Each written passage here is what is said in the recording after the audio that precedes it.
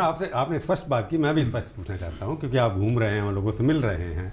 आपको लगता है कि कश्मीर जो है स्टेट दोबारा से बनेगा, जो भी बनेगा तो यूनियन टेरिटरी इंडिपेंडेंट स्टेट बनेगा, 370 के अंदर जो उनको थी कॉन्स्टिट्यूशन, उनका अलग से कॉन्स्टिट्यूशन था, वो तो दोबारा आने की संभावना नहीं है। उसके बिना तो फैसला ये भी लोग नहीं करेंगे। मैं इनकार नहीं कर रहा हूँ। आप तो ओरिजिनल रिस्टोर कर देंगे आप। मैं इनकार किसी चीज़ से नहीं कर रहा हूँ आज के दिन, क्योंकि it is work in progress. और अगर 370 के बारे में मोदी जी 370 वापस दे देंगे? मोदी जी शाश्वत हैं। 224 तक तो 2024 तो है। 2024 के बाद सरकार बदलने की भी संभावना है ना। तो उसके बाद संभावना जो आप कह रहे हो संभावना उसके बाद की है। संभावनाएं मैं ये कह रहा हूँ आपसे कि संविधान बना 1950 में और ये 2019 में हटाया गया, ठीक है ना, इतने वर्ष तक रहा। तो हम आप बात कर रहे हैं वो अगले 6 महीने और 1 साल की बात नहीं कर रहे हैं, हम आगे की बात कर रहे हैं, 2024 के बाद की भी बात कर रहे हैं। नहीं मतलब फैसला जो कश्मीर के अंदर जो आज होगा इनका, जो आपने कहा शुरुआत हुई है, 370 को रेस्टोर किए बिना वहाँ पर कुछ दिन चलेगी, शांति आएगी कि नहीं? ये मैं कश्मीर से लौटने के बाद आपको बताऊंगा कि वहाँ के लोग क्या महसूस कर रहे हैं। मैं ये जानता हूँ कि इस सरकार में जो भी कदम उठाए गए हैं कश्मीर को लेकर, उससे कश्मीर का जो आवाम है वो और अलग एलियनेट हुआ है, में आने की बजाय मेन स्ट्रीम से अलग हो गया, दूर हुआ है। तो और वहाँ पर जाकर आप तब महसूस करेंगे कि ज़मीनी हकीकत क्या है। दिल्ली में बैठ के करना मुश्किल है। चलो ये तो कश्मीर की बात है। राष्ट्रीय मंच जो बनाया आपने, मैंने देखा जिस तरह के लोग आपने बुलाया कि लोग आपके कोई पुराने मित्र होंगे, कोई पॉलिटिकल पार्टी के लोग होंगे, ये पॉलिटिकल फोरम नहीं है, ये तो मानते हैं ना? राष्ट्रीय मंच एक पॉलिटिकल फोरम नहीं, मैं उसको एक्सप्लेन कर दूं आपको। हाँ। एक तो यह है कि राष्ट्र मंच हमने 3 साल पहले बनाया। हाँ। जब मैं भी किसी दल में नहीं था। हाँ। मैं बीजेपी छोड़ चुका लेकिन किसी दल में नहीं था। तो लाइक माइंडेड कुछ लोग मिले जो कि दलों में भी थे और कुछ जिनको आप कहते हैं समाज के थॉट लीडर्स हैं। ऐसे लोगों से बातचीत हुई तो उन्होंने कहा कि साहब हम लोगों को एक मंच बनाना चाहिए। और फिर हम लोगों ने कहा कि इसको राष्ट्र मंच का नाम देते हैं और राष्ट्र मंच हम लोगों ने बनाया। It is a non party political platform. अब ये जो अंतर है ये पल्ले नहीं पड़ता है लोगों के। नहीं, इट इज़ नॉट, नो, आप समझ गए।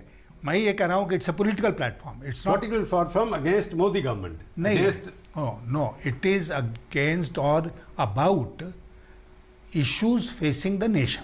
हम लोगों ने कहा है कि ये मुद्दे कब से आए?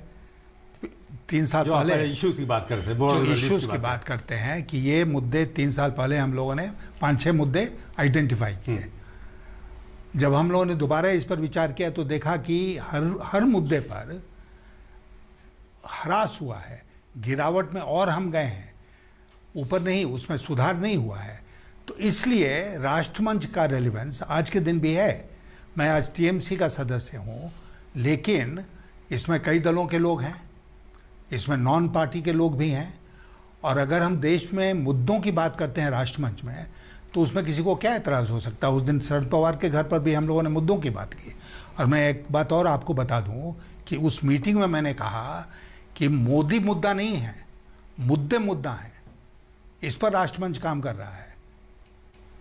ये नहीं कि हम सरकार के खिलाफ आंख बंद करके सरकार के खिलाफ हैं और पर्सनली मोदी के खिलाफ हैं, ऐसा नहीं है। पर उसका क्लैरिफिकेशन आने की शरद पवार जी ने नॉन कांग्रेस को छोड़ करके बुला लिया। पहले इतनी बड़ी हाइप क्रिएट की गई, इसमें प्रशांत किशोर का क्या रोल रहा मेरे को समझ नहीं आता कि प्रशांत किशोर की एडवाइस पे आपने मीटिंग बुलाई थी, ये क्या?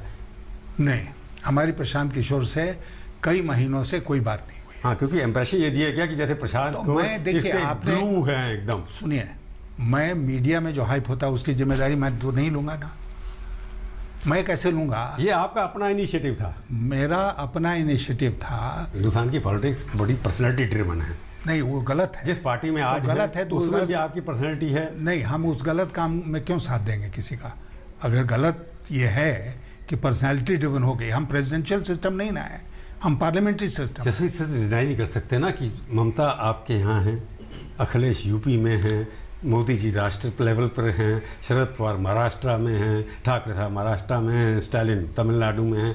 तो कौन सी जगह की बात करें, कौन सा सपना देख रहे हैं आप कि मुद्दे तो हैं पर ये लोग भी तो मुद्दों के ऊपर ये जीते हैं। ये लोग हैं अपने अपने पार्टियों के अध्यक्ष या जो भी आप कह लीजिए।